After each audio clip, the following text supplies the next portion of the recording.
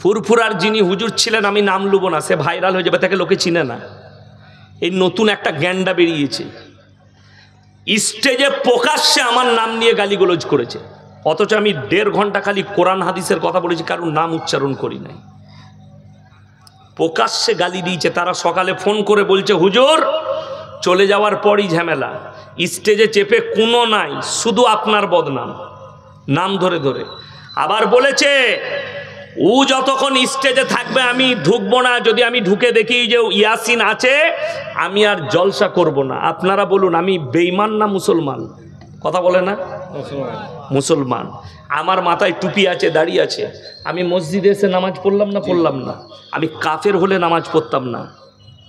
বড় কষ্ট লাগে, দুঃখ লাগে, বেদনা লাগে। কি বুঝলেন? যারা মনে করছেন পীর বিরোধী তারা আমাকে এখনো চিনতে পারেননি। এই মৌলবীরা জানে আমি নিজে পীরের বেটা। আমার আব্বার যিনি পীর, ইনি দেখে এসছেন আমার জলসায় গিয়ে। তেনার আখলাক, চরিত্র, ব্যবহার।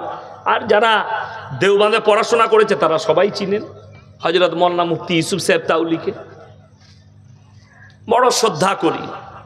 হযরত আমার বাড়িতে খাওয়া দাওয়া করলো, নাস্তা করলেন, দুপুরে দোয়া দিয়ে গেলেন। কষ্টের বিষয় একটাই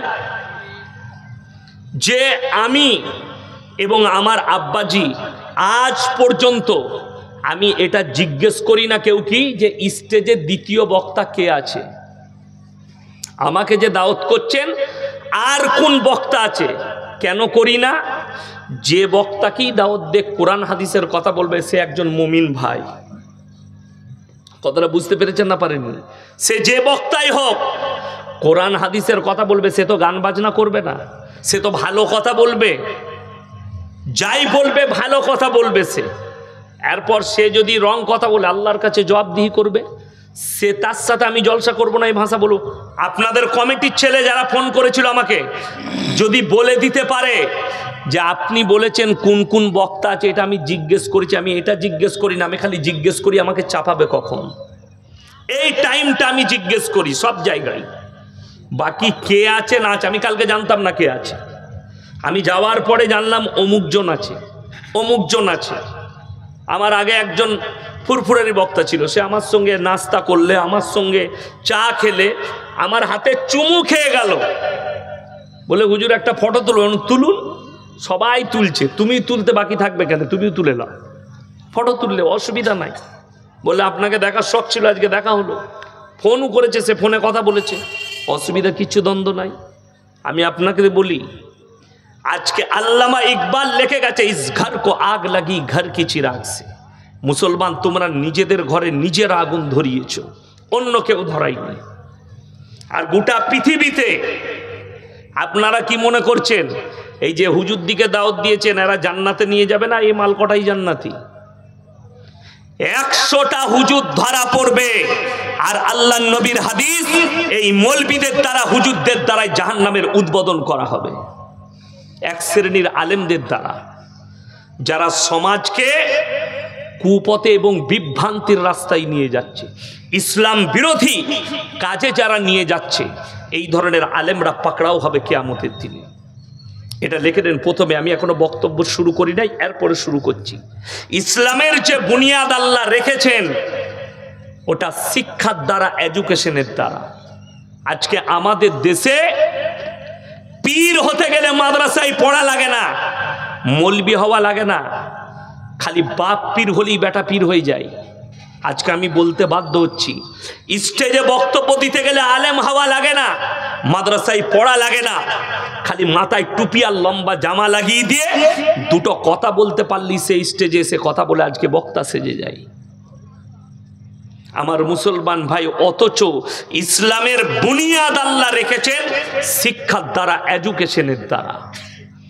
কোরআন খুলেন, প্রথম সূরা পাবেন সূরায়ে ফাতিহা, দ্বিতীয় সূরা পাবেন সূরায়ে বাকারা, তৃতীয় সূরা পাবেন সূরায়ে আল ইমরান, চতুর্থ নম্বর সূরা পাবেন সূরা নিসা, এইভাবে কোরআনটা গচ্ছিত আছে। রসুল আকরাম সাল্লাল্লাহু আলাইহি ওয়াসাল্লামের জামানায় কোরআন একত্রিত ছিল না।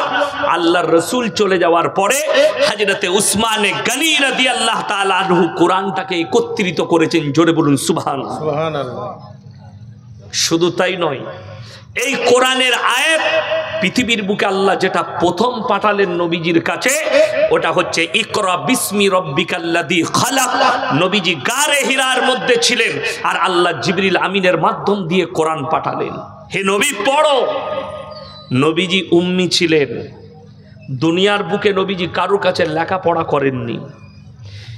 এই শব্দটা শুনে অনেক জনা মনে মনে করবেন হুজুর তাহলে নবীজিকে মূর্খ বলছেন। না, তুমি শেষ প্রান্তরে গেলে না। নবীজি সাল্লাল্লাহু আলাইহি সাল্লাম পৃথিবীর আদি থেকে অন্ত পর্যন্ত সৃষ্টির শ্রেষ্ঠ। জোরে বলুন সুবহানাল্লাহ। সৃষ্টির শ্রেষ্ঠ, কিন্তু উম্মি, দুনিয়াতে কারোর কাছে লেখাপড়া করেননি। এর পেছনে আল্লাহ এত বড় লজিক লুকিয়ে রেখেছে। এই লজিকটা বুঝার লেগেই আমি আজকে উদাহরণ দিচ্ছি। আমি স্টেজে বয়ান করছি, আমার আগে আমার ভাইজান করছিলেন, শুনেলেন। আমার যদি এখানে উস্তাদ আসে, কি বলবে? ইয়াসিন আমার ছাত্র বলবে না? বলবে না? আমি তার কাছে ছোট না বড়? বাবা কথা বলে ছোট। আমাকে যিনি নুরানি কায়দা পড়িয়েছেন, আমি তার কাছেও ছোট। যতই আমি ফুটানি করি স্টেজে, যেহেতু তিনি আমার উস্তাদ, আমাকে পড়িয়েছেন, আলিফ বাটা হলেও পড়িয়েছেন। কেউ যদি আল্লাহর হাবিবকে শিক্ষা দিত, সে দাবি করে বসতো মুহাম্মদ আমার ছাত্র। আমার নবীকে ছোট করা হতো। তাই যত বড় নবী পয়গম্বর রাসূল আল্লাহ পাঠিয়েছেন, এদের শিক্ষাগুরু দুনিয়াতে কেউ ছিল না। আল্লাহ নিজের গায়বী মদদে ইনাদিকে ইলম এবং শিক্ষা দিয়েছেন। জোরে বলুন সুবহানাল্লাহ। আল্লাহর হাবিবের কাছে যতগুলো জ্ঞান এসছে, আল্লাহর তরফ থেকে গায়বী জ্ঞান এসছে। আল্লাহর হাবিব পৃথিবীর সব থেকে বড় সায়েন্টিস্ট, বৈজ্ঞানিক, সব থেকে বড় দার্শনিক, সব থেকে বড় অর্থনীতিবিদ, সব থেকে বড় পরিবারবিদ, সব থেকে বড় রাজনীতিবিদ আল্লাহর হাবিব। সব দিকের জ্ঞানের ভান্ডার আল্লাহর রসুলকে দান করেছিলেন। আজকে যারা ফুটানি করছেন, কেউ পদ পেয়ে, কারুর টাকা হয়ে, কারুর শক্তি হয়ে, কারুর সৌন্দর্য দেয়, তাদের জানা নেই আল্লাহর হাবিব সাল্লাল্লাহু আলাইহি সাল্লামকে আল্লাহ তাআলা একটা দুটো মানুষের নয়, 70টা পুরুষের সমান শক্তি দান করেছিলেন। জোরে বলুন সুবহানাল্লাহ। শুধু একদিকে শক্তি, শরীরের শক্তি নয়, 70টা পুরুষের যতগুলো শক্তি হওয়া দরকার, সমস্ত রকমের শক্তিটাই নবীজিকে আল্লাহ দান করেছিলেন। অথচ নিজের জীবন দশায় 63 বছরের জীবনীতে একটা পোকা মাকড় কীট পতঙ্গর ওপরেও নবীজি এই শক্তিকে প্রয়োগ করেননি। জোরে বলুন সুবহানাল্লাহ। আল্লাহর হাবিব সাল্লাল্লাহু আলাইহি সাল্লামের কাছে শিক্ষার আয়াত এলো। এখানে এতগুলো মুসলমান ভাই বসে আছেন, আপনারা সকলে জানেন প্রত্যেকটা মুসলমান নরনারীর জন্য দ্বীনি ইলম হাসিল করা কি বাবা? কথা বলে না? ফরজ। আমি যদি এই কেশপুর থানায় সমীক্ষা করি, কত পার্সেন্ট মুসলমানের কাছে দ্বীনি শিক্ষা আছে, আশা করি বলে দিচ্ছি 100টার মধ্যে 95টা লোকের কাছে দ্বীনি ইলম নাই। ঠিক বললাম না ভুল বললাম? 95টা। যদি বলেন দ্বীনি ইলমের কি প্রয়োজন আছে, দ্বীনি ইলম এই জন্য হাসিল করতে হবে। দ্বীনি ইলম মানে আলেম হওয়া নয়, মুফতি হওয়া নয়, মুহাদ্দিস হওয়া নয়, মুকাররির হওয়া নয়, মুফাসসির হওয়া নয়।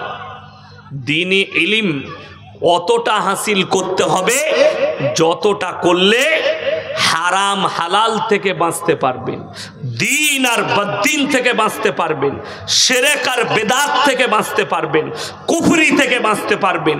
বেঈমান কাফেররা বর্তমানে যে জালটা আপনার উপরে ছুড়ছে, সেই জাল থেকে আপনি বাঁচতে পারবেন। চলুন হারাম হালালটা বুঝাই। মুসলমান কতটা বুঝেছে? আপনাদের মেদিনীপুরের ছেলেরাও লরি চালায়, ট্রাক চালায় না? আমাদের বর্ধমানের অনেক ছেলে বালির লরি চালায়, বালির গাড়ি। কলকাতায় সব থেকে দামি বালি হচ্ছে দামোদরের সিল্লা ঘাটের বালি, যেটা আমার বাড়ির কাছে ঘাটটা আছে। অনেক মুসলিম ছেলে ট্রাক চালায়। হাই রোডের ওপরে লরি দাঁড় করিয়েছে।